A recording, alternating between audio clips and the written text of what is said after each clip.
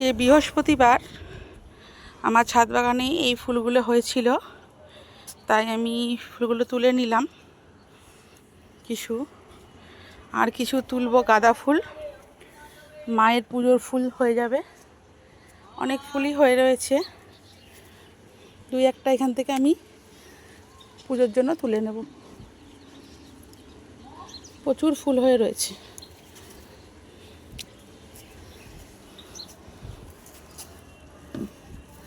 দুটো হলুদ গাঁদা তুললাম, আর এখান থেকে দুটো অরেঞ্জ গাঁদা তুলব।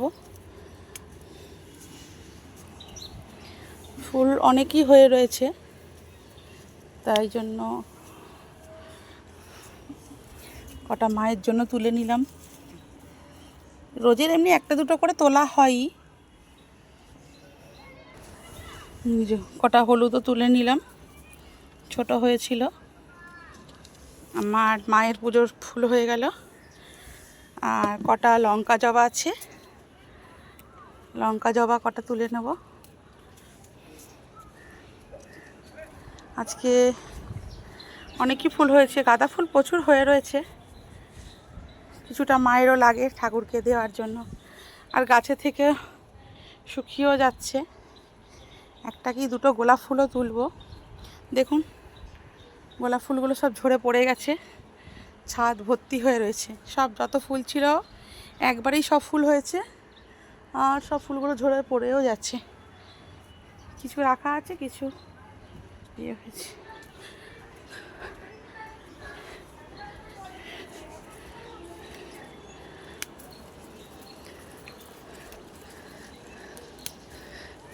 মা লক্ষ্মীকে দেওয়ার জন্য আমি কটা হলুদ গোলাপও তুলে নিলাম, কেন ফুলগুলো গাছে থেকে থেকে পড়ে যাচ্ছে।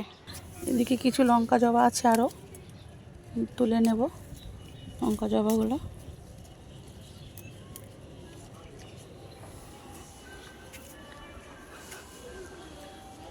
আরেকটি গোলাপও তুলে নিলাম।